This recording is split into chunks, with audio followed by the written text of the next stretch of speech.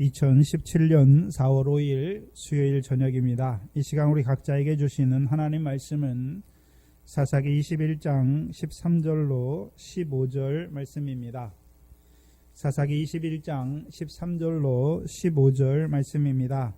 이 시간 우리 각자에게 하시는 하나님의 말씀으로 함께 받겠습니다. 온 회중이 림몬 바위에 있는 베냐민 자손에게 보내어 평화를 공포하게 하였더니 그때에 베냐민이 돌아온지라. 이에 이스라엘 사람이 야베스 길르앗 여인 중에서 살려둔 여자를 그들에게 주었으나 오히려 부족함으로 백성이 베냐민을 위하여 뉘우쳤으니 이는 여호와께서 이스라엘 지파들 중에 한 지파가 거리나게 하셨음이더라. 아멘. 특별히 사사기 20장 이후에 나오는 그 베냐민 자손의 심판, 그렇죠? 그냥 그때의 육적 이스라엘 때에 이루어진 그 심판만 보여주시는 것이 아니라 여호와의 사랑을 입은 자들의 심판, 곧 앞선 자들의 심판을 우리에게 보여주십니다. 또한 그 베냐민 자손과 야베스 길르앗 거민의 심판은 광야에 있는 육적 이스라엘의 심판처럼 오늘 영적 이스라엘 된 우리에게 경계로 보여주시는 것이죠. 특별히 그 베냐민을 통해서요, 그 여호와의 사랑을 먼저 받은 그 새 언약 백성임에도 불구하고 저 베냐민과 같이 넘치는 교만 가운데 망령되이 행하는 자들은 다시 꺾이게 되는 그 심판을 저와 여러분에게 오늘도 보여주시는 것입니다. 또한 더 크게 우리에게 보여주시는 것은 오늘도 하나님께서 그들을 애굽에서 이스라엘 백성을 애굽에서 인도하여 내셔서 가나안 땅에만 들어가게 하시는 것이 아니라 오늘도 그 가나안 땅에 있는 자들에게 무슨 일을 이루어 가시는지를 이 사사기를 통해 우리에게 보여주시죠. 특별히 이 베냐민 자손을 통해서는 하나님께서 복도 주시지만 뭐도 주시는 하나님입니까? 저주 가운데 심판하시는 하나님이 살아계시는 것을 보여주시는 것이죠. 그래서 이 베냐민 자손과 또 함께 이 야베스 길르앗 자손의 심판은, 거민의 심판은 특별히 그 가나안 땅을 기업으로 받은 자들의 심판, 또 요단 동편을 기업으로 받은 자들의 심판을 보여주시는 것이죠. 그래서 왜 심판받습니까? 무엇 때문에 심판받습니까? 옛 언약의 백성, 율법을 세우신 옛 언약의 백성임에도 불구하고 율법으로 말미암은 두 길이 있는데 복된 길을 가는 것이 아니라 저주를 자취하는 자들의 심판을 보여주시는 것이죠. 그래서 이들의 심판을 통해서 하나님의 살아계심을 보여주시는 것이죠. 하나님이 살아서 뭐 하십니까? 복 받을 자에게 복을 주시는 것이고 저주를 자취하는 자에게는 그 저주를 주셔서 그들을 심판하시는 하나님입니다. 한국교회가 착각하는 게 뭐냐 하면 예수 안 믿는 사람을 하나님이 심판하고 예수 믿는 우리들은 복만 주는 줄 아세요. 이스라엘 역사를 볼 때에는 그렇죠. 물론 애굽 이스라엘 백성을 대적하는 그 애굽 바로와 그 군대를 하나님께서 홍해물에서 심판하시지요.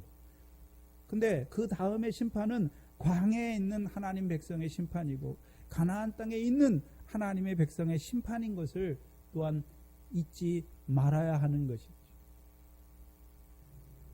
근데 미련한 자들이 예수 안 믿는 자들의 심판만 말하는 것이죠.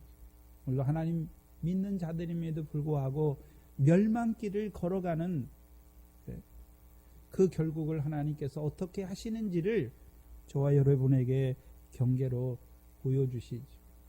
그렇다면 그 하나님은 그때만 역사하고 지금은 돌아가셨습니까? 아니죠. 지금도 살아계시죠. 지금도 뭐 하시겠습니까? 복 받을 자에겐 복을 주시는 것이고, 그렇죠? 저주할 자에게는 저주한 자는 저주를 이루어 가시는 그 하나님인 것을 우리에게 보여주시는 것입니다. 그래서 사사시대 전반이 무엇입니까? 여호와의 목전에 악을 행하는 이스라엘 자손을 대적에 붙여 재앙을 당하게 하시는 것이죠. 그게 저주의 심판이지요. 그것도 저주예요. 근데 이 베냐민 자손의 저주는 돌이키지 못하잖아요. 사사기 3장부터 16장까지 이스라엘 백성은 여호와의 목전에 악을 행하는 그들을 하나님께서 대적의 손에 붙이시고 재앙을 당해서 괴롭게 하시지요. 그것이 저주예요. 그것도 일단의 저주인데, 그러나 그들은 그 저주 가운데 있는 그들을 하나님께서 재앙 가운데 부르짖게 하시고 사사를 세워서 돌이키시죠. 그러나 이 베냐민 자손과 야베스 길르앗 자손은 어떻게 됩니까? 저주 가운데 멸망하는 자들인 것을 보여주시죠. 그래서 하나님께서, 왜 하나님께서 자기 백성을 저주하십니까? 왜 예수님께서 이 바리새인과 서기관들을 향해서 화했을진저 이 뱀들아 독사의 자식들아 왜 이렇게 말씀하시는 것입니까? 저주를 받으라는 것이 아니라 너희가 저주받을 자리에 있으니까 돌이키라는 것이죠.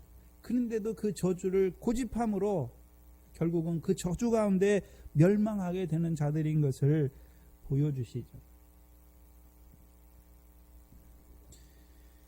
신명기 11장 25절을 보시면, 신명기 11장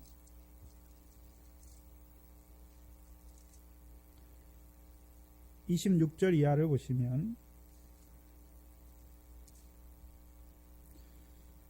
모세를 통해서 그렇죠. 애굽의 연단을 받고 끝나고 이제 가나안 땅에 들어갈 그들에게 그들 앞에 어떤 두 길이 있는 것을 모세를 통해 보여주시지요. 26절에 내가 오늘날 복과 저주를 너희 앞에 두었다. 그럼 이 하나님 백성 앞에는 무슨 길이 있습니까? 복과 저주의 길이 있어요. 근데 여기서 하나님 백성은 어떤 백성입니까? 율법의 언약을 받았고 이제 사람은 떡으로만 사는 것이 아니라 여호와 입에서 나오는 말씀으로 사는 줄 알게 된 자들 앞에 있는 복과 저주의 길을 보여주시는 것이죠. 그럼 누가 복을 받습니까? 27절에 보시면 너희가 만일 내가 오늘날 너희에게 명하는 너희 하나님 여호와의 명령을 행하면 복을 받는다 말합니까? 들으면 그것이 복이 된다고 말씀하십니다. 들으면 행하는 게 아니죠. 그렇죠? 여호와의 명령을 뭐 하면요? 들으면 복을 주시는 것이 아니라 그것이 복이 될 것이다 라고 말씀하시는 거죠. 그렇다면 우리가 사사기를 통해서 신명기를 통해서 그들이 여호와의 명령을 들으면 그들에게 주시는 복이 무엇입니까? 그들에게 이루어 주시는 복이 무엇입니까? 여호와의 명령을 청종하는 자들에게요, 이른 비와 늦은 비를 더하여 주셔서 그 가나안 땅의 소산 밀과 보리와 포도와 무화과와 석류와 감람의 열매로 풍성하게 하시고, 그렇죠? 배불리 먹게 하셔서 옥토를 주신 하나님을 찬송하게 하시는 것이죠. 그러면 누가 저주를 받습니까? 28절에 보시면 너희가 만일 내가 오늘날 너희에게 명하는 도에서 돌이켜 떠나 너희 하나님 여호와의 명령을 뭐하지 아니하면요? 행하지 아니하면이 아니라 듣지 아니하며. 마태복음 7장 마지막이지요. 이 말을 듣고도 행치 아니하며, 듣고 행하는 자는 항상 듣는 것이 먼저 있어요. 듣는 것이. 그래서 청종이란 단어는 하나의 말씀을 듣고 우리가 행한다, 그렇게 지킨다라는 개념이 아니에요. 샤마, 듣다라는 개념이에요. 그럼 들을 때, 하나님의 명령으로 들을 때, 그렇죠? 뭐가 생깁니까? 믿음이 생기는 거예요. 믿음. 그럼 믿음만 있습니까? 믿음만 있으면 됩니까? 그 믿음으로 함께하는 행위가 있어야 되는 것입니다. 그럼 그 행위도 사람이 하는 것입니까? 하나님께서 인내로 지키는 자에게 이루어주는 결실을 말하는 것입니다. 인내를 이루는 자에게 인내를 지켜 결실하는 것을 보여주시는 것이죠. 결국 하나님의 백성이 왜 저주받습니까? 하나님의 말씀을 듣지 않는 것이죠. 그래서 하나님의 말씀을 듣지 않는 자리에 선 거예요. 세례 요한을 통해서 주시는 말씀, 예수님을 통해서 주시는 그 말씀을 듣지 않는 것이죠. 하나님의 백성임에도 불구하고 하나님의 말씀을 듣지 않는 자들이 저주를 받는 것이죠. 그렇다면 하나님의 말씀을 듣지 않는 자들은 결국 그렇죠? 듣지 않는 데서 끝나는 것이 아니라 28절 중반에 보면 여호와의 명령을 듣지 아니하면 결국 어떻게 됩니까? 본래 알지 못하던 다른 신들을 쫓으면 저주를 받게 되는 것이죠. 하나님이 아닌 다른 신을 쫓게 돼 있단 말이죠. 그게 저주예요. 그래서 우리가 사사기 3장부터 16장까지 저주의 내용이 무엇입니까?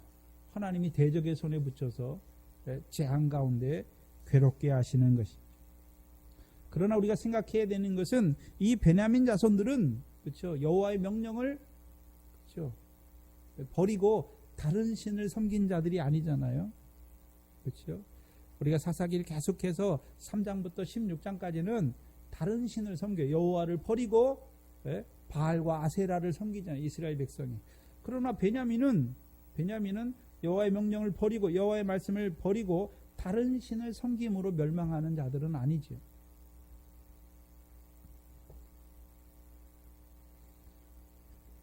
다른 신을 쫓는 것이 아니에요.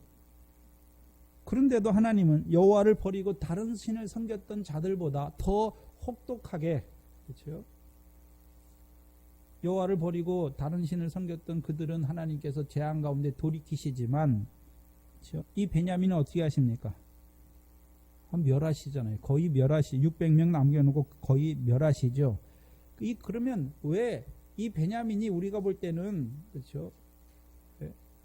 우리가 볼 때는 이스라엘 여호와를 버리고 다른 신을 섬기는 이스라엘 백성이 더 악한 것 같은데 하나님이 보실 때에는요, 이 베냐민의 죄가 훨씬 더 큰 것을 보여주시는 것이죠. 그럼 베냐민의 저주는 무엇입니까? 신명기 11장 32절에 보시면 내가 오늘날 너희 앞에 베푸는 모든 규례와 법도를 너희는 지켜 행할지니라. 그러면 베냐민 자손도 이 모세를 통해서 주시는 말씀을 뭐 해야 되는 자들입니까? 듣고 지켜 행하는 자들이 돼야 되는 것이지요. 근데 문제는 이 베냐민 자손은 어떤 자들이 됩니까? 모세를 통해서 주시는 말씀을 듣고 지켜 행하는 자가 아니라 오히려 모세의 자리에 앉는 자가 되는 것이죠.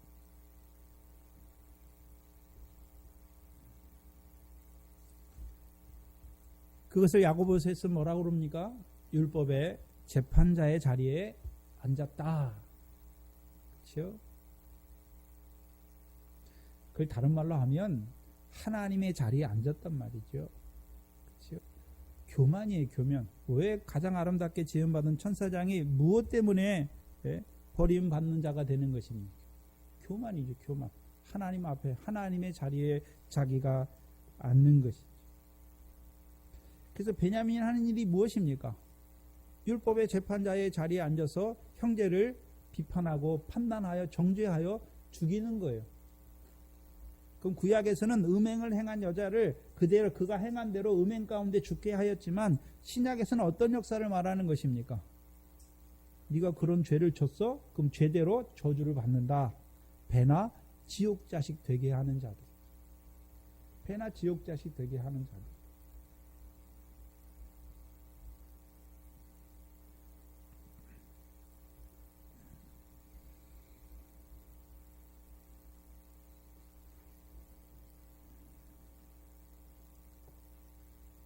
그래서 하나님께서 그 베냐민의 교만을 꺾으시죠. 그래서 야고보서 4장 6절의 내용이 무엇입니까? 하나님이 교만한 자는 물리치시고 겸손한 자에게 은혜를 주시느니라. 그 문맥에서 율법의 재판자의 자리에 앉는 자들을 보여주시는 거예요. 그 4장 11절이 이제 그렇죠. 형제를 비판하는 자는 율법의 입법자와 재판자의 자리에 앉는 것을 보여주시죠. 그럼 교만이 무엇입니까? 야고보를 통해서 보여주시는 교만이 무엇입니까? 네가 형제를 비판하는 하나님의 자리에 선 것을 보여주시는 것이죠. 저와 여러분은 하나님의 말씀을 듣고 지키는 거예요. 하나님의 말씀을 가지고 형제를 비판하거나 정죄하는 자가 아니란 말이죠. 베냐민의 문제가 무엇입니까? 교만이에요, 교만.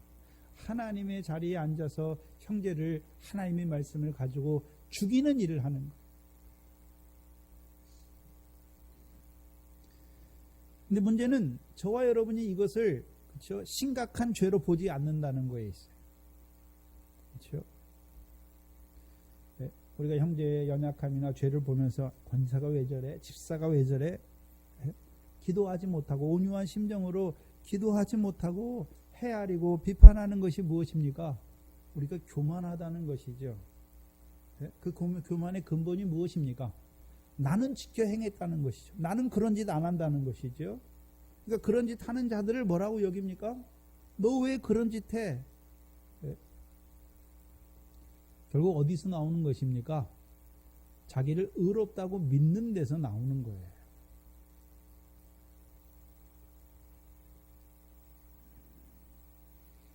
그 다음에 베냐민 자손은 여호와의 사랑을 입었음에도 불구하고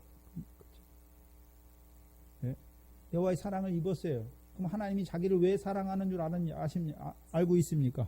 내가 하나님 앞에 의를 계속해서 행하니까 나를 사랑한다라고 생각하는 것이. 그럼 하나님이 베냐민이 뭐나 돼서 하나님이 사랑하는 것이 아니란 말이죠. 은혜 가운데 그를 택하여 세우신 것이죠. 오른손의 아들로 세우신 것이죠. 그래서 교만한 베냐민을 하나님이 꺾으세요. 그때만 꺾습니까? 지금도 교만한 자들을 물리치십니까? 교만한 자들을 물리치세요. 저와 여러분 안에도 교만이 있을 때는 하나님 어떻게 하십니까? 낮춰요, 낮춰. 제일 처음에는 말씀을 통해서 낮춰요. 네? 그 말씀을 받고 살아있는 자들은 내가 형제를 비판하거나 헤아리거나 그랬을 경우에 말씀을 들으면 그게 와요. 네? 그 사람은 그 다음 단계에 넘어가지 않아요. 왜요? 자기의 교만 때문에 늘 하나님 앞에 엎드리는 자가 되는 것이.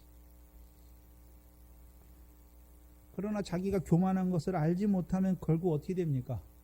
그 교만 가운데 하나님이 책망하신 소리도 듣지 못하고 하나님이 징계하시는 것도 보지 못하고 오히려요 하나님을 대적하여 싸우다가 그 가운데서 죽는 거예요.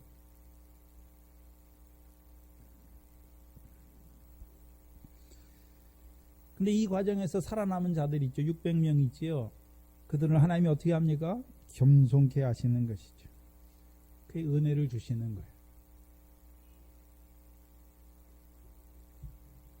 또한 그 싸움의 과정을 통해서 이스라엘 자손을 겸손케 하세요. 두 번의 패배를 통해서. 그리고 그 이스라엘 자손을 통해서요. 낮아진 그 림몬 바위에 있는 베냐민 자손들에게 은혜를 베풀게 하세요. 지금 이스라엘 백성이 베냐민에게 아내를 얻어주기 위해서 일하는 자잖아요. 그렇죠? 은혜를 베풀게 하시는 것이죠.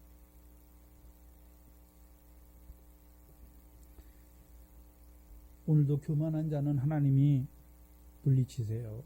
꺾으신단 말이죠. 근데 우리 안에도 교만이 있는 것을 보여주시죠.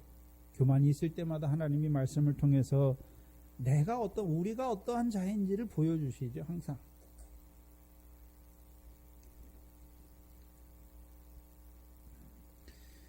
그럼 두 번째 그 야베스 길르앗 거민의 심판. 그들은요. 사사기의 다른 백성들처럼 여호와를 버리고 다른 신을 섬긴 것도 아니고요. 베냐민처럼 교만한 자도 아니에요. 그렇죠? 근데 왜 이들은 심판을 받습니까? 신명기 11장, 12장을 보시면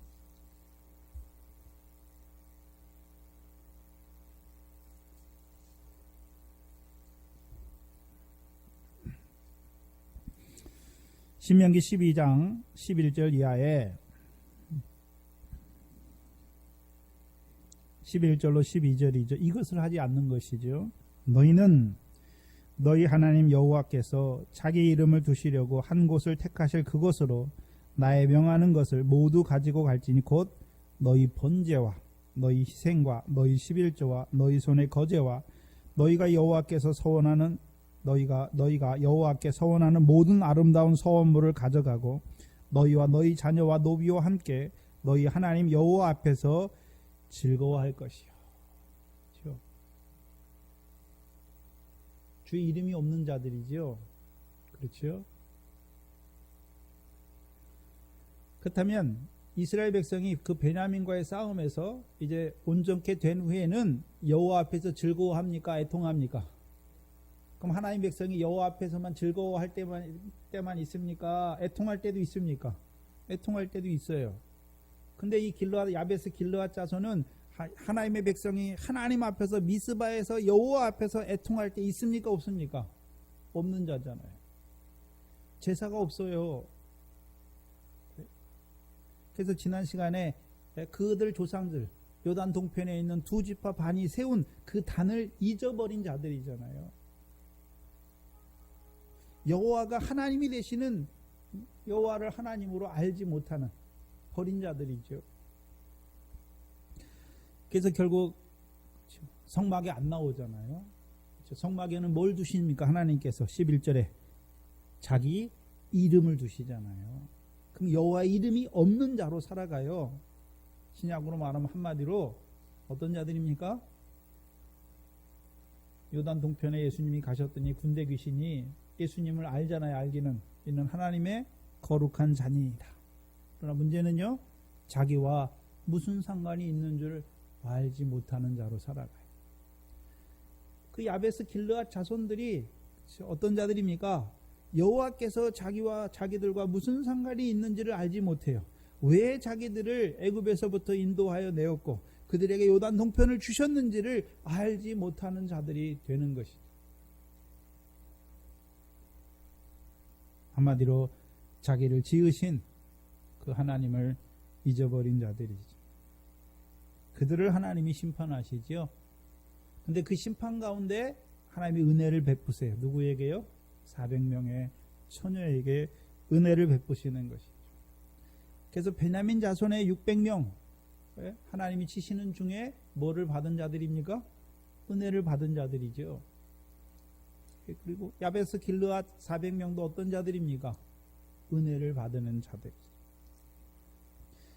특별히 야베스 길르앗 이 처녀들은 그렇죠. 그 12,000명의 군사들이 그들을 어디로 데려옵니까?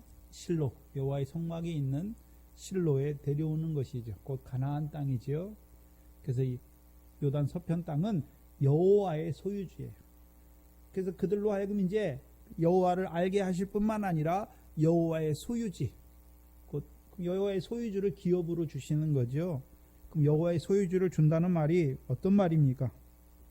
여호와께서 기업으로 주시는 땅에서 살게 하실 뿐만 아니라 이제 그 땅에서 그 영광의 하나님께서 주시는 그 유업을 바라보는 자로 세웠단 말이죠. 그게 은혜입니다.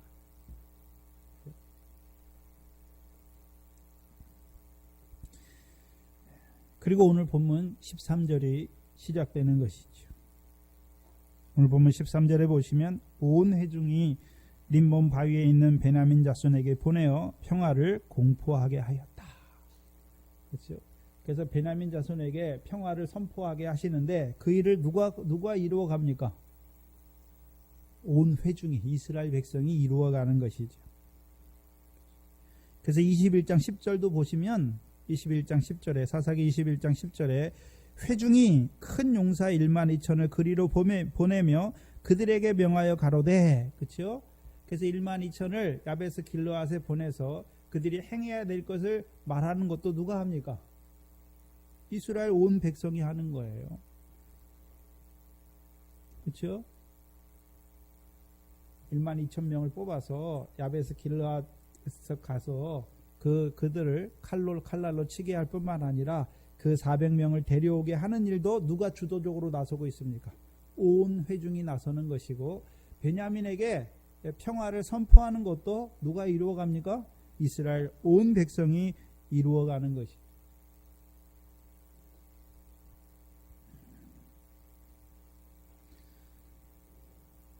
봐야 되는데, 그렇죠? 그 이스라엘 백성이 어떤 자들이 됐습니까?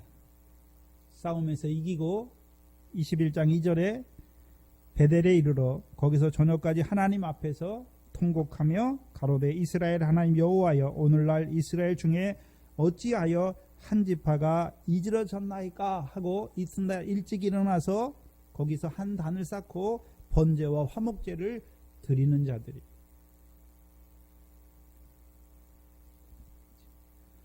그래서 베냐민의 남은 자들을 위해서 번제와 화목제를 드렸던 자들. 그들의 목적은 무엇입니까? 베냐민 자손에게 있는 것이 아니라 이스라엘 하나님께서 조상들을 통해서 주신 12지파를 세우는 데 목적이 있는 것이죠. 그 일을 위해서 온 이스라엘이 나서는 것이죠.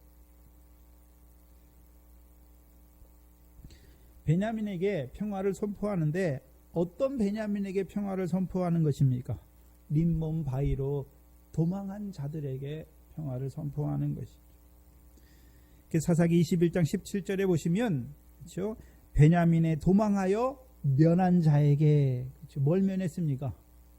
저주를 면한 자들에게 그렇죠? 칼로 죽임을 면한 자들에게 평화를 선포하는 것이죠. 그래서 림몬 바위는 그렇죠? 성류의 뜻이잖아요. 그렇죠? 그래서 뭐를 아는 자들입니까? 자기의 부끄러움과 수치를 아는 자들에게 이제 평화를 선포하는 것이죠. 근데 평화를 선포할 때 이스라엘 백성이 그들에게 평화를 선포할 때 그냥 말로만 선포합니까? 베냐민의 남은 자들을 다시 온전케 세우기 위한 실제적인 방법을 가지고 평화를 선포하는 것입니까? 그들에게 필요한 아내를 예비해 놓고 평화를 선포하는 거예요.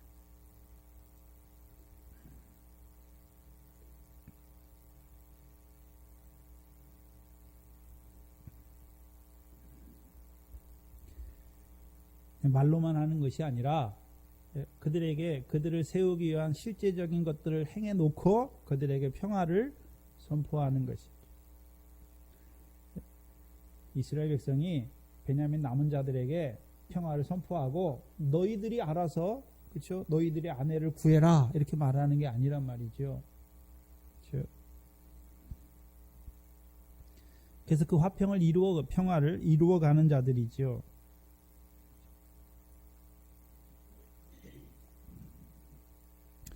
그래서 그들에게 이스라엘 백성이 그들에게 평화를 선포하기까지가 4달이 걸린 거예요. 넉 달이. 그렇죠? 사사기 20장 47절에 베냐민 600명이 돌이켜 광야로 도망하여 림몬 바위에 이르러 거기서 넉 달을 지내었잖아요. 언제까지요? 이스라엘 백성이 그들에게요 평화를 선포하기까지.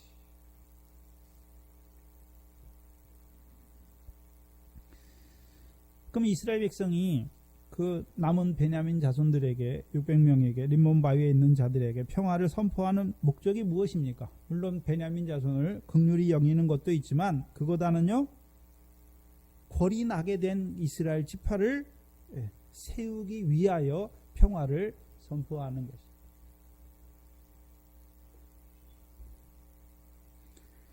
이 평화를 선포한 후에 이제 비로소 누가 돌아옵니까? 14절에 그때에 베냐민이 돌아온지라. 그러면 림몬 바위에 거하다가 돌아온 베냐민을 한번 봐야 되는데 원래 베냐민은 어떤 자들입니까? 여호와의 사랑을 입은 자들이죠.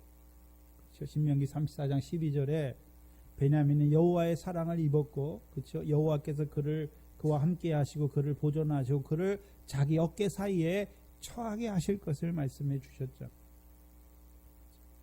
에브라임은 큰 자의 복을 받았지만 베냐민은요 그보다 더 큰 사랑, 여호와의 사랑을 입은 그렇죠?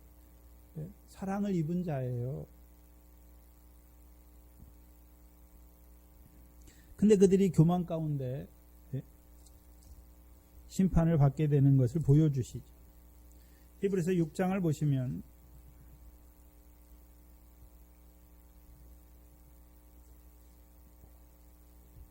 히브리서 6장 4절 이하에 보시면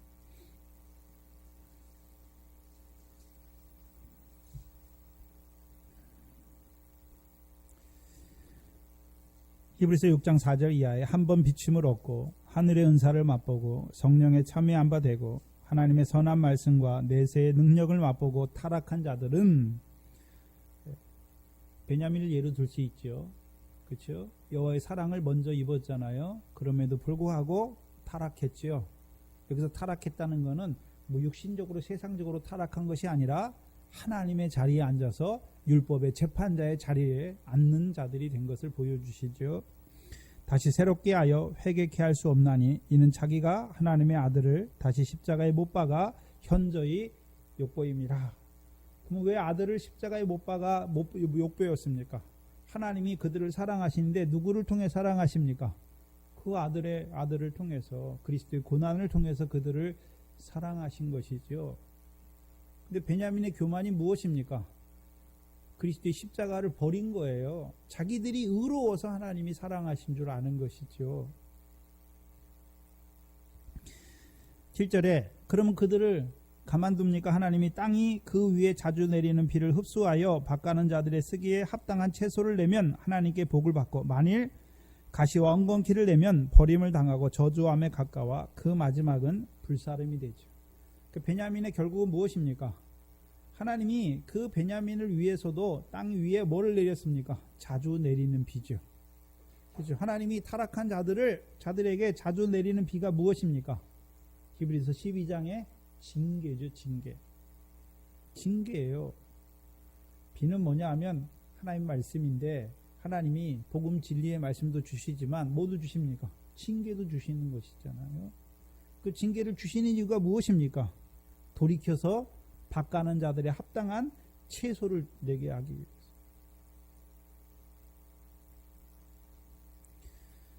그러면 그렇죠. 타락한 자들, 내세의 능력을 맛보고 타락한 자들을 위해서도 뭐 하는 자들이 있습니까? 밭을 가는 자들이 있는 것이죠. 하나님이 징계를 내리시는 것을 보여주는 자도 있단 말이죠. 네. 그러면 자주 내리는 비를 흡수하여서 이제 뭐를 내야 되는 것입니까? 자, 이 베냐민 자손을 한번 생각해 보면, 베냐민이 여호와의 사랑을 입었죠. 그러면 그들이 그 안에서 잘 자라가면, 여호와께서 하늘에서 비를 내리면 거기서는 뭐가 납니까? 엘리야 때처럼 엘리야가 비를 위해서 기도하니까 하늘이 비를 내리고 땅이 뭘 맺습니까? 열매죠, 열매. 원래 심판받기 전에 베냐민이 여호와의 사랑을 입었잖아요. 그러면 하나님께서 계속해서 그 안에 있는 자들에게 은혜와 진리로 충만케 하시면 그들이 이제 어떤 열매를 맺습니까? 형제를 사랑하는, 여호와의 사랑을 입었으니까 자기들도 누구를 사랑하는 것입니까? 형제를 사랑하는 그 사랑의 열매를 내어야 되는 것이죠. 원래 그런 자들이에요. 근데요, 한번 타락하고 하나님이 다시금 치시고 이제 하늘에서 비를 내려서 땅에서 이제 뭐가 나게 하십니까? 채소예요, 채소.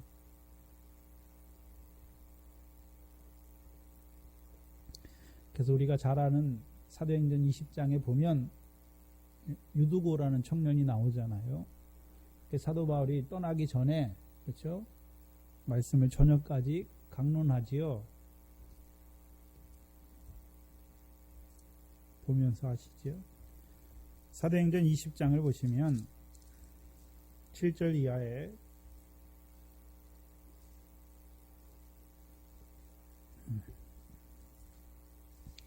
사도행전 20장 7절 이하에 보시면 안식 후 첫날에, 그렇죠? 그럼 안식 후 첫날이 주일이잖아요.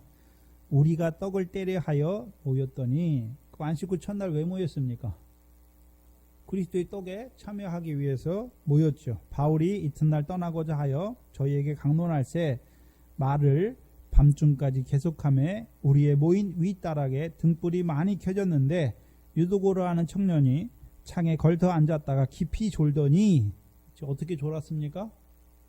깜빡 존 게 아니에요. 깊이 졸더니 바울이 강론하기를 더 오래 하며 졸음을 이기지 못하여 삼층 위에서 떨어지거늘 일으켜 보니 죽었는지라. 바울이 내려가서 그 위에 엎드려 그 몸을 안고 말하되 떠들지 말라, 생명이 저에게 있다 하고 올라가 떡을 떼어 먹고 오랜 동안 곧 날이 새기까지 이야기하고 떠나니라. 사람들이 살아난 청년입니까? 아이입니까? 아이를 데리고 와서 위로를 적지 않게 받았더라. 그럼 사도 바울이 지금 3층 위에서 떨어졌잖아요. 왜 하필 1층도 있고 2층도 있고 왜 3층도 있는데 왜 3층에서 강론합니까? 그것도 밤이 늦으니까 횃불을 등을 많이 켰잖아요. 등을 많이 켜면 더 밝아지는 것이죠.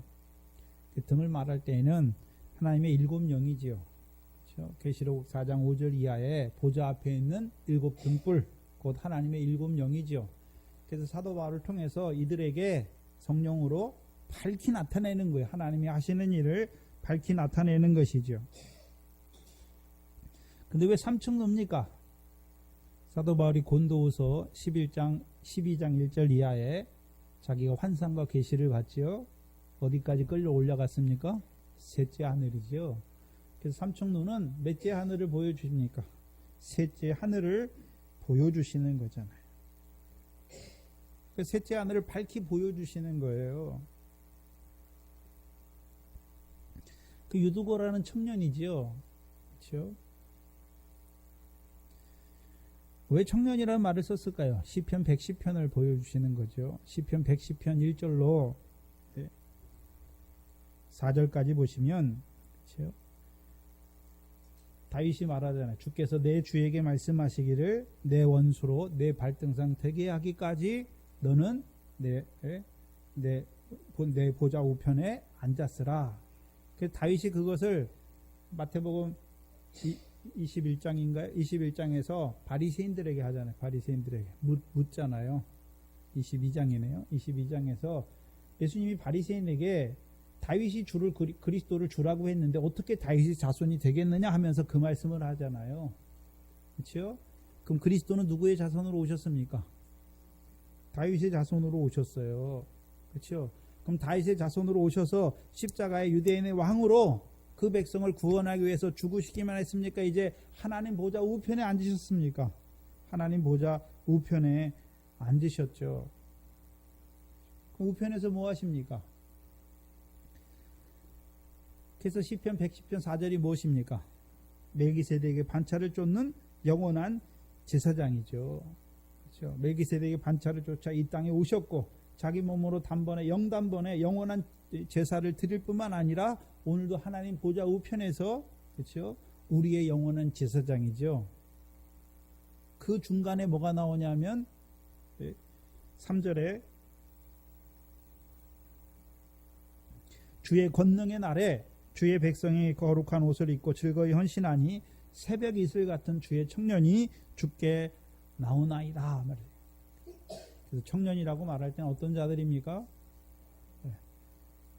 멜기세덱의 반차를 쫓아오신 그 영원한 대제사장을 믿는 믿음 안에 있는 자들이에요. 그럼 그들에게 그렇죠? 히브리서 7장 24절 25절이잖아요. 예수는 그렇죠? 영원한 제사장이죠. 그래서 오늘도 자기를 힘입어 하나님께 나아가는 자들을 온전히 구원하실 수 있죠. 왜요? 이는 그가 항상 살아서 영원한 제사장이기 때문에.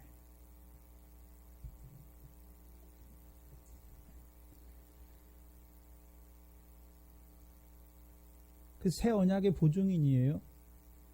그렇죠? 그래서 휘장 가운데 열어놓으신 새롭고 산 길로 그들을 인도하시는 것이죠. 그러면 이 유두고란 청년은 어떤 믿음 안에 있습니까? 대제사장을 통해서 그렇죠? 열어놓으신 새롭고 산 길로 나아가는 그들에게 사도 바울이 이제 삼층노에서 셋째 하늘의 영광을 보여주시는 거예요. 다른 말로 하면 그렇죠? 새 언약의 백성 아래 살아가는 그렇죠? 열매 맺는 영생의 말씀으로 살아가는 유두고를 이제요 고난을 통해서 이루시는 그 영광의 말씀까지 보여주시는 거죠. 특별히 그렇죠? 첫째 부활의 영광까지 증거해 주시는 거죠. 근데 깨닫지 못하니까 창에서 걸터 앉아 졸다가 어떻게 됩니까? 떨어지니까 이제 다시 일으켜 세울 때는 무엇입니까? 채소부터 다시 시작하는 것이죠. 그럼 원래 베냐민은 오른손의 아들이에요. 여호와의 사랑을 입은 자들이에요. 근데 지금 어떤 자가 됐습니까? 오히려 이스라엘 백성에게 사랑을 베풀어야 될 자들이 오히려 이스라엘에게 은혜를 입는 자가 되잖아요.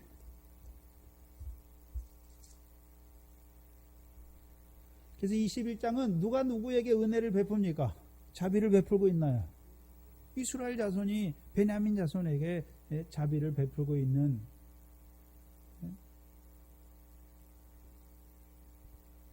채소와 같이 되는 것이란 말이죠.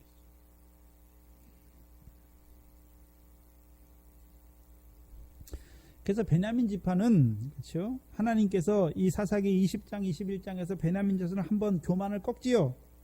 그것이 베냐민 지파에게는 하나님의 흔적 같아요. 사도 바울은 자기 몸에 그리스도의 흔적을 지녔지만 이 살아남은 베냐민 지파의 후손들은 항상 뭘 갖고 있습니까? 하나님이 교만한 자를 꺾는다는 그 하나님이 조상들을 한번 친 그 고통을, 그 아픔을 자기 몸에 가지고 있어요. 그래서 사울을 하나님이 사무엘을 통해서 사울을 왕으로 세울 때 사울이 베냐민 지파잖아요. 사울이 뭐라고 고백합니까? 베냐민 지파는 이스라엘 중에서 가장 작은 지파고 또요. 우리 아버지 집은 그 베냐민 지파 중에서도 가장 작은 자라고 말하는 것이.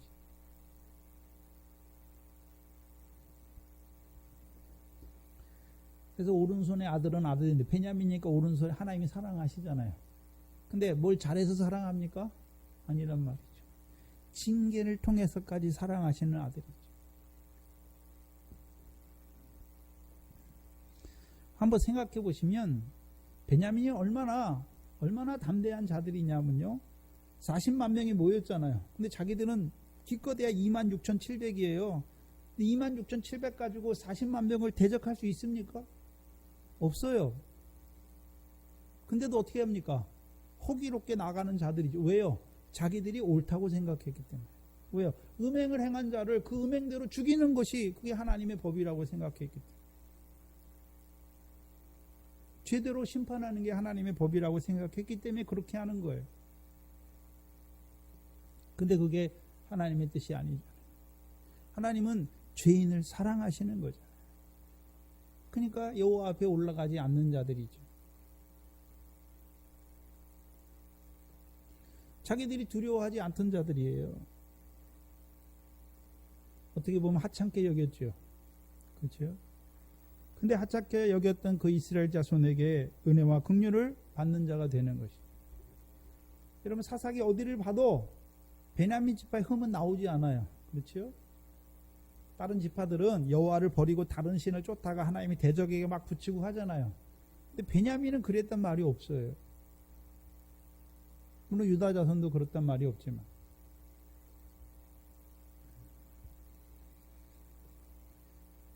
그래서 하나님이 그들을 앞선 자들을 여호와의 사랑을 받았던 자들을 낮추시는 것이죠. 낮추시는 거예요.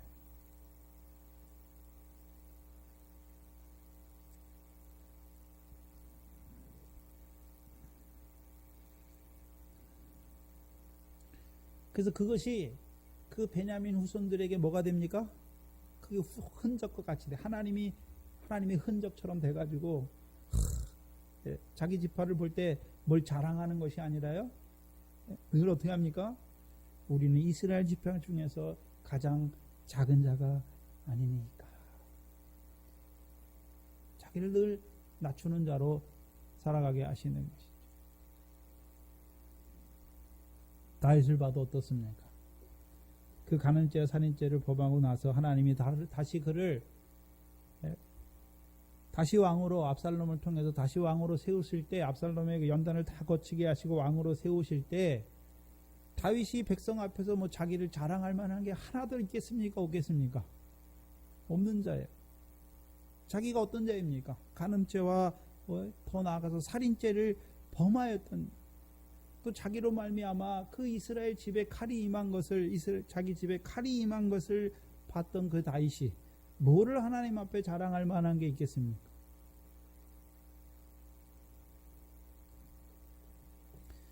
그게 하나님이 낮추시는 것이죠.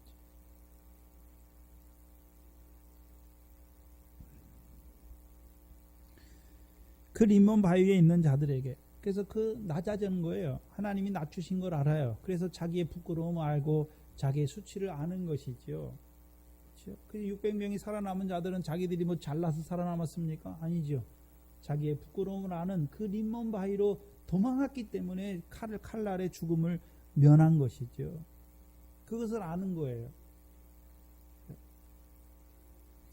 근데 그때도 생각해 보세요. 림몬 바위에 있는 자들이 이스라엘이 자기들에게 평화를 선포할 때 니들이 뭔데 우리한테 뭘 평화를 베풀고 말고, 예?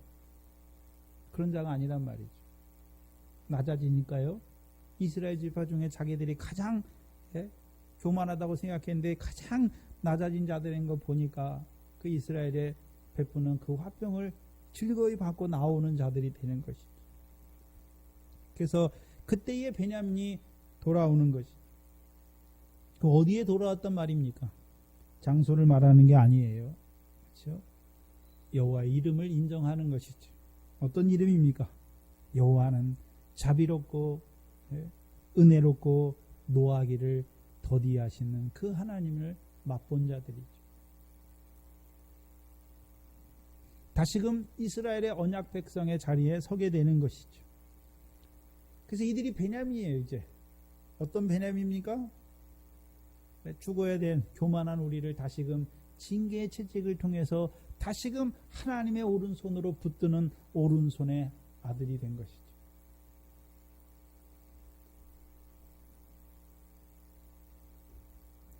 그게 돌아오는 거예요.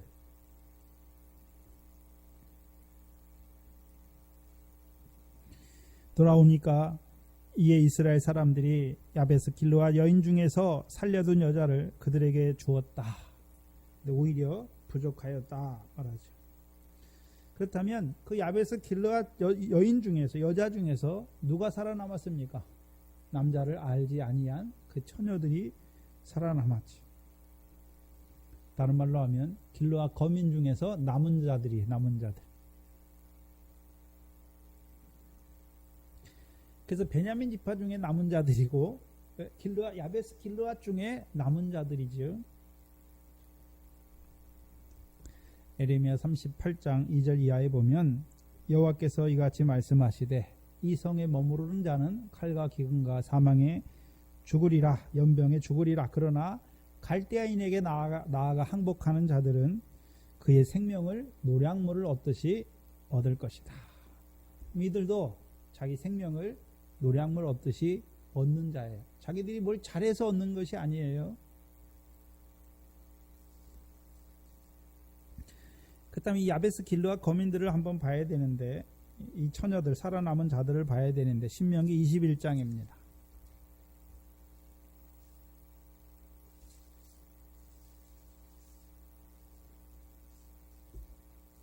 신명기 21장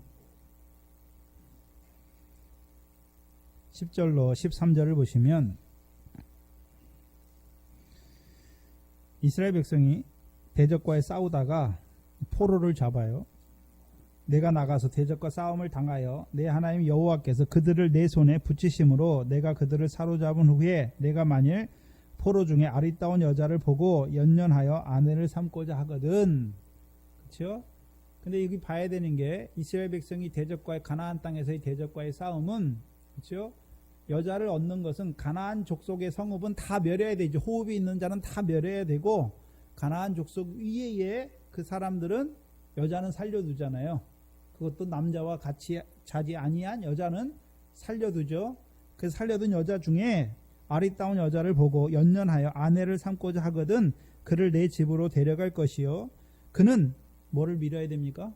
머리를 밀고 손톱을 베고 또 포로의 의복을 벗고 내 집에 거하며 그 부모를 위하여 1개월 동안 애곡한 후에 내가 그에게로 들어가서 그 남편이 되고 그는 내 아내가 될 것이다. 그럼 야베스 길르앗 거민 중에서도, 그렇죠?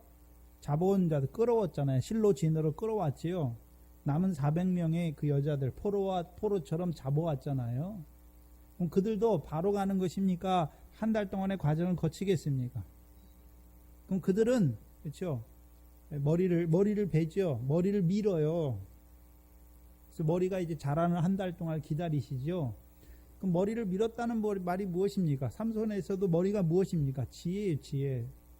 그렇죠? 그럼 그동안에 야베스 길르앗 거민들과 함께 살았던 그 교훈, 여호와를 잊어버린 여호와 이름을 버린 자로 살아갔던 자들, 그 교훈을 어떻게 합니까? 밀어야 되는 것이죠. 룻을 통해서는 뭘 보여줍니까? 모압의 신과 모압의 백성을 버리는 거예요. 그들의 그러면 모압에 살 때에는 모압의 교훈, 모압의 신을 섬기고, 모압의 신도 뭡니까? 교훈이에요. 교훈을 버리는 것, 그게 머리를 미는 것이죠.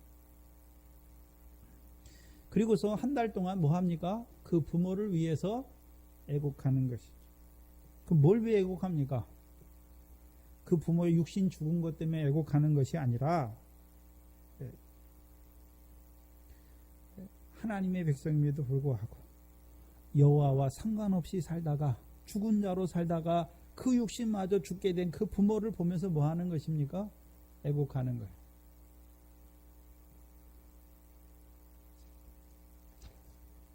그럼 자기가 그 부모와 함께 야베스 길르앗에 살 때는 그 애곡이 없었어요. 근데요, 하나님의 은혜를 받고 보니까 자기 생명이 실로에 와서 살고 보니까 이제요, 죽은 자로 살다가 죽은 자로 간 그들을, 그 부모를 위하여 애곡하는 것이.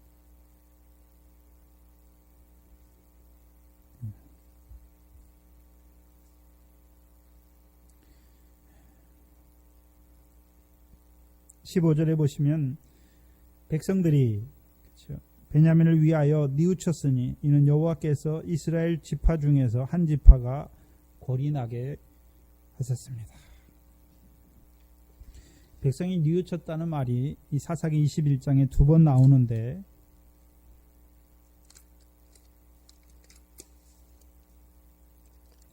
사사기 21장 6절입니다. 6절을 보시면 21장 6절은 이스라엘 자손이 베델에서 통곡한 후에 이스라엘 지파가 이지러진 것을 보면서 통곡한 후에 아침에 일찍이 일어나 번제와 화목제를 단을 쌓고 번제와 화목제를 드린 후에 6절에 이스라엘 자손이 그 형제 베냐민을 위하여 뉘우쳐 가로되 오늘날 이스라엘 중에 한 지파가 끊쳤도다. 왜요? 자기들이 7절이잖아요. 자기들이 남은 자들에게 아내를 주지 아니라 하기로 맹세하였기 때문에.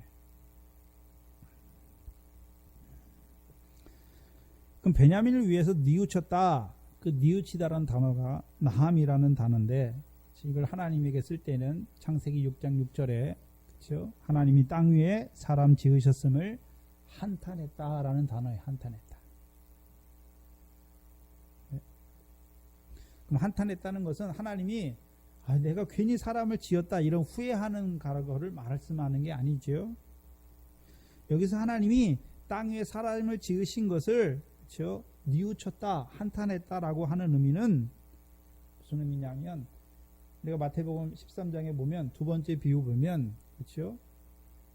천국의 아들들을 밭된 세상에 뿌리잖아요. 근데 밭된 세상에 또 누가 있습니까? 그 세상에 쫓겨난 거기에 역사하는 자들이 누가 있습니까? 악한 자가 있잖아요. 악한 자가 하는 일이 무엇입니까? 가라지를 더 뿌리잖아요. 그렇죠? 하나님은 좋은 씨를 뿌렸는데 가라지를 뿌렸어요. 근데 어떤 밭을 생각해 보면 어떤 밭에 하나님이 좋은 씨를 심었어요. 근데 악한 자들이 와서 가라지를 뿌려가지고 좋은 씨는 하나도 없고 다 가라지가 되었어요. 그걸 보고 한탄하시는 거예요. 좋은 씨가 쓸모없이 돼버린 것, 헛되게 된 것을 보면서 한탄하시는 거예요. 하나님이 사람을 땅 위에 지었다고 지은 것을 내가 잘못했다 이걸 뉘우치시는 것이 아니라 하나님의 신이 있는 하나님의 아들임에도 불구하고 육체가 된 그들을 보면서 한탄하시는 것이죠. 왜 이렇게 되었는가? 한탄의 결과가 무엇입니까? 그들을 물로 심판하시는 거예요. 그러면 이스라엘 자손들이 그렇죠? 한탄했다. 그렇죠? 베냐민이 하나님의 사랑을 받은 자들임에도 불구하고 여호와의 심판으로 말미암아 그 저주 가운데 멸망하는 그들을 보면서 이스라엘 백성이 한탄하는 거죠. 이스라엘 백성들. 우리말에는 애석하는 게 생각하는 거예요. 안타깝게 생각하는 거예요. 동정하는 거예요. 그래서 첫 번째 애석하게 생각할 때는 사사기 21장 6절이죠.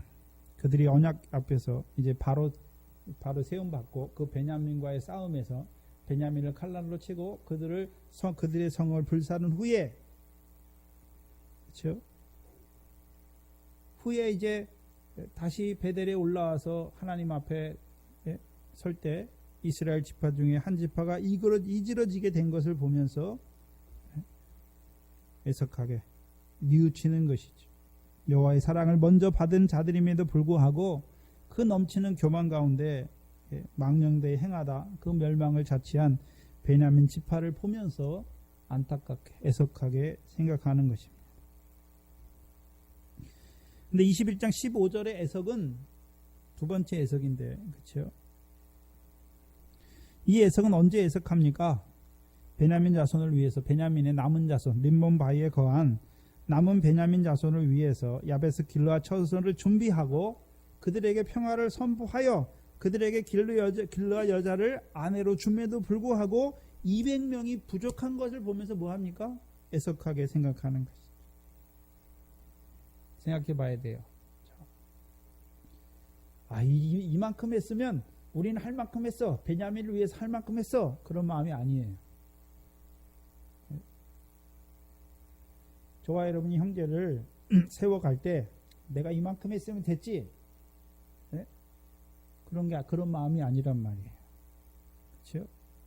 그를 온전히 세워주기까지. 그렇죠? 그 나머지 아내가 없는 200명을 위해서도 뭐합니까? 애석하게 생각해. 애석하게. 왜 애석하게 생각하는 것입니까? 그러면 아내와, 그렇죠. 그 베냐민 200명은 400명 있고 400명은 아내가 있으니까 200명이 없다고 해서, 그렇죠? 200명이 없다고 해서 뭐 잘못됐습니까? 그렇진 않아요. 그러면 이 베냐민 자손들이 기업의 땅이 있잖아요. 자기들 기업의 땅. 이스라엘 백성이 베냐민 성읍을 다 멸하고 400명이 살만한 땅만 남겨두고 나머지 기업을 자기들이 다 뺏는 게 아니란 말이에요. 아니에요, 그거는. 그렇죠? 그럼 400명과 나머지 200명들은 자기 기업의 땅에 돌아가 살면 되잖아요. 왜 아내가 없는 걸 애석하게 생각합니까? 21장 7절이에요. 21장 17절에 보시면 사사기 21장 17절에 가로되 베냐민에 도망하여 면한 자에게 마땅히 뭐가 있어야 됩니까? 기업이 있게 하시는 거예요. 누구를 통해서요? 아내를 통해서 기업이 있게 하시는 거예요.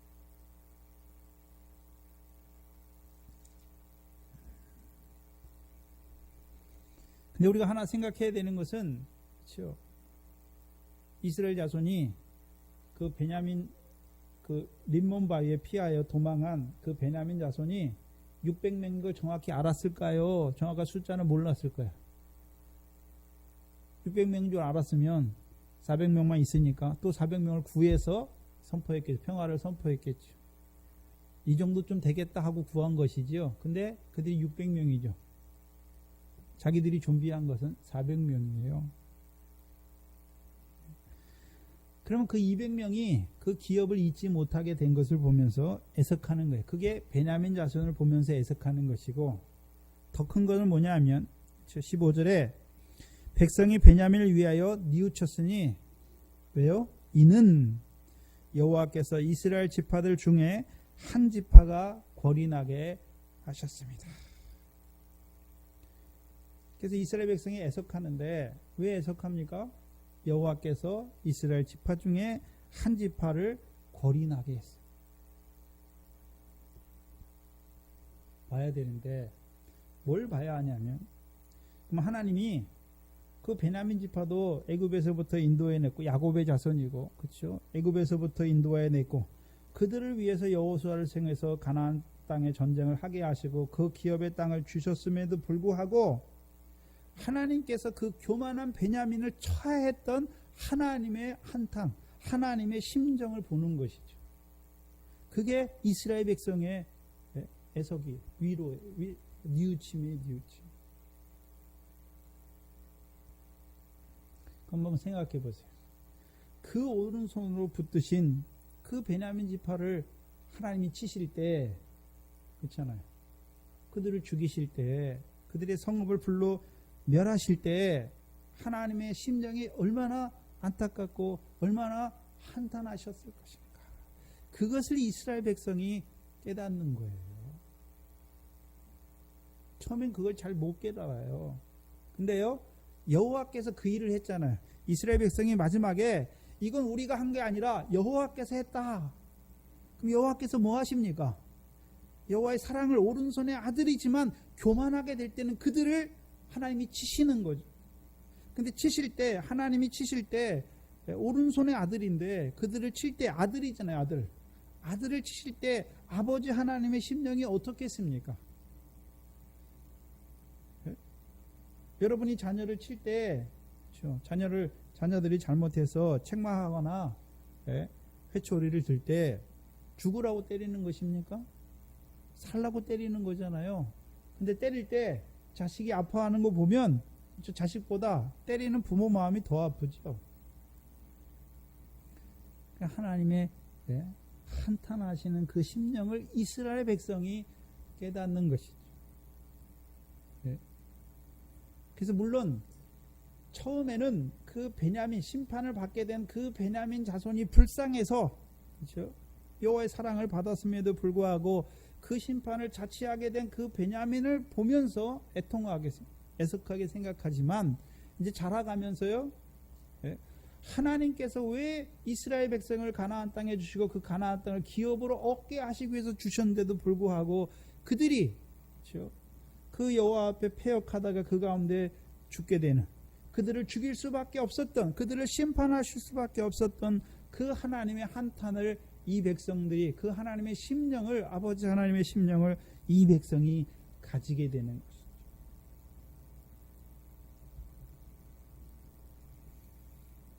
자기 백성을 향한 그 하나님의 불타는 심령을 이스라엘 백성이 깨닫는 것이죠.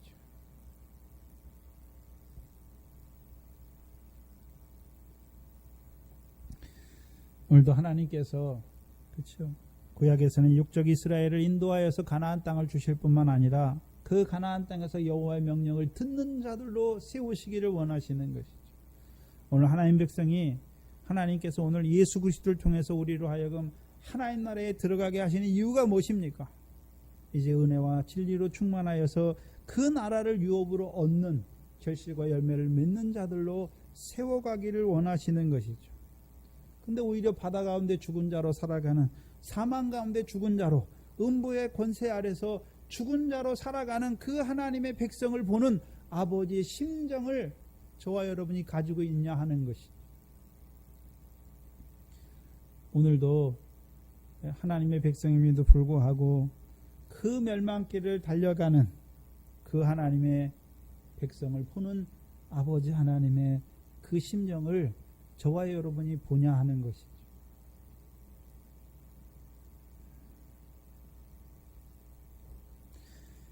그래서 이스라엘 백성으로 하여금 그 하나님의 심정을 조금이라도 맛보게 하시는 것이죠.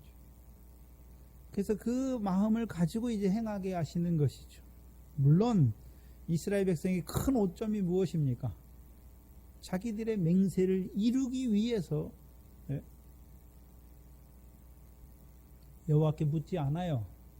그 다음부터는 자기들이 한 그 맹세, 그 맹세를 취소하면 되잖아요. 림몬 바위에 거한 자들이 다시 돌이켰을 때, 그렇죠? 자기들의 맹세가 지키지 못할 맹세인 걸 봐야 되는 것이죠. 그렇죠? 그럼 자기들 중에 딸을 주면 돼요. 그러면 쉬워요. 근데요, 자기들이 한 맹세를 계속해서 지키기 위해서요, 편법을 써가는 거죠.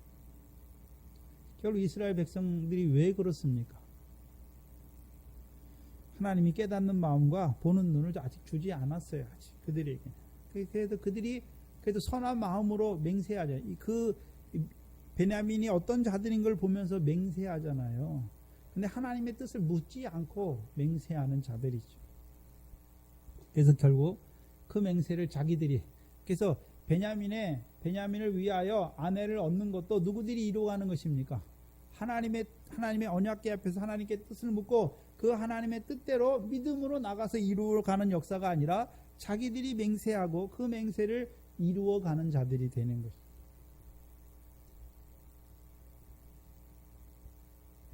그러면 하나님이 이 동산교회를 세워주시고 오늘도 이 동산교회를 통해서 이루고자 하시는 그 하나님의 심령, 뭘 이루고를 원하십니까? 우리를 사람 나눈 업으로, 천국의 제자된 서기관으로, 또한 반석으로 세워주셔서 오늘도 바다와 사망과 음부 가운데 있는 자들을 살리시기를 원하시는, 하나님의 교회로 해안받지 않는 교회로 세우시기를 원하는 그 아버지 심정을 먼저 받아야 되고, 그 다음에는요,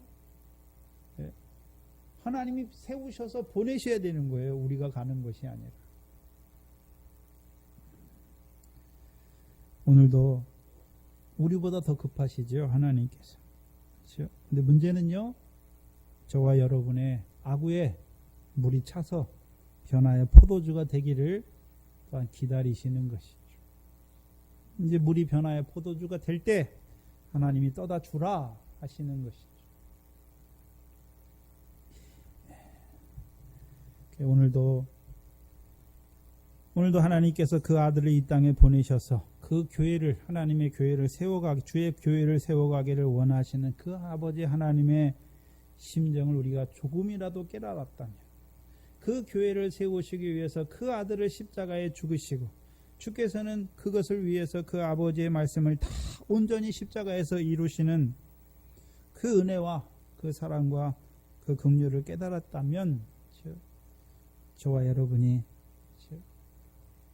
죽어가는 자들을 보면서, 멸망 가운데 처한 자들을 보면서 한탄하고 안타까이 여기고 하나님 앞에 기도하는 자들이 될 것입니다. 기도하겠습니다. 하나님 아버지, 감사합니다.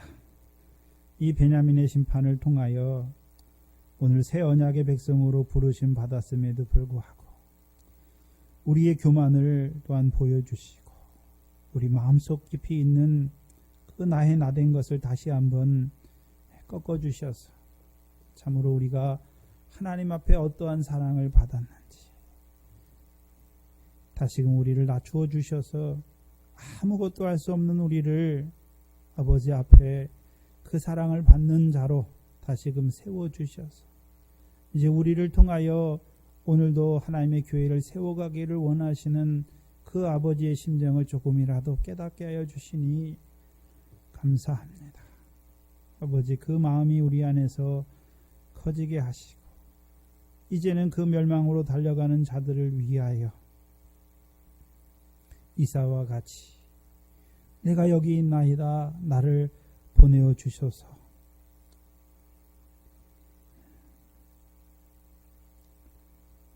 우리 자신을 볼 때에는 아버지 하나님, 아직까지도 아구까지 물이 차지 못하였고 변하지 못한 부분이 너무나 많은 것을 불쌍히 여겨주시고, 오늘도 하나님께서 이방인 가운데 그 충만한 수를 채우시기를 원하시는 그 아버지의 심정을 깨닫지 못하는 미련한 우둔한 우리의 마음을 불쌍히 여겨 주시옵소서. 이 교회를 세워주시고 이 영생의 말씀으로, 또한 첫째 부활의 그 영광의 말씀으로 우리를 먼저 불러주셨고, 또한 우리를 통해서 그 생명의 역사를 이루어가기를 원하심에도 불구하고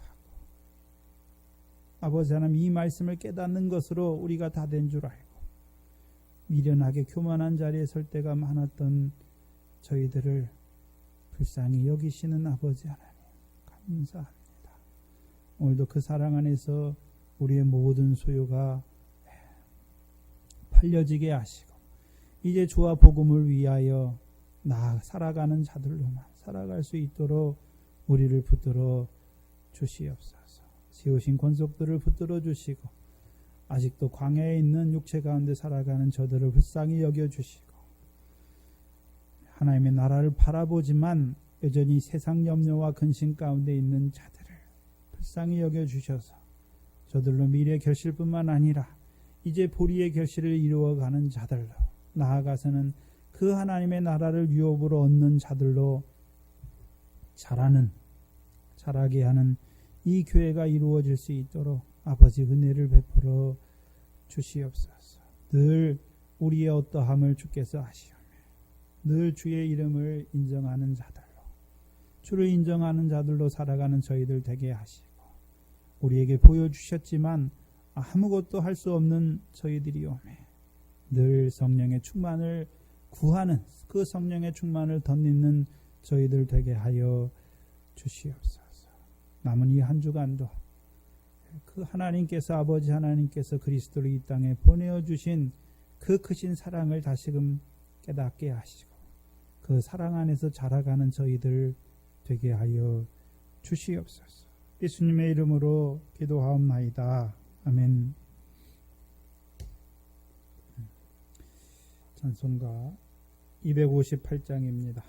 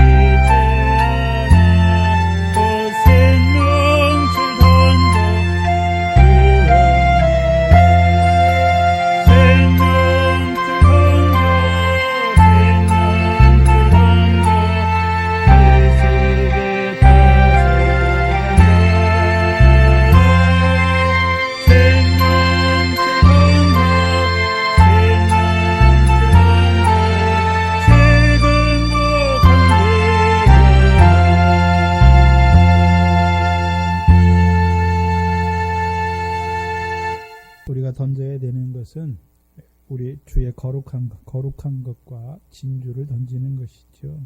우리에게 주셨으니까 거룩한 것을 주는 것이죠. 그래서 거룩한 것은 우리에게 없어요. 예수 그리스도가 거룩한 것이죠. 그를 주는 거예요. 또한 진주를 던지는 자로, 늘 주는 자로 사시기를 바랍니다. 주기도문으로 예배를 마치겠습니다. 하늘에 계신 우리 아버지여, 이름이 거룩히 여김을 받으시오며 나라의 임하옵시며 뜻이 하늘에서 이룬 것 같이 땅에서도 이루어지이다. 오늘날 우리에게 일용할 양식을 주옵시고 우리가 우리에게 죄 지은 자를 사하여 준 것 같이 우리 죄를 사하여 주옵시고 우리를 시험에 들게 하지 마옵시며 다만 악에서 구하옵소서. 나라와 권세와 영광이 아버지께 영원히 있사옵나이다. 아멘.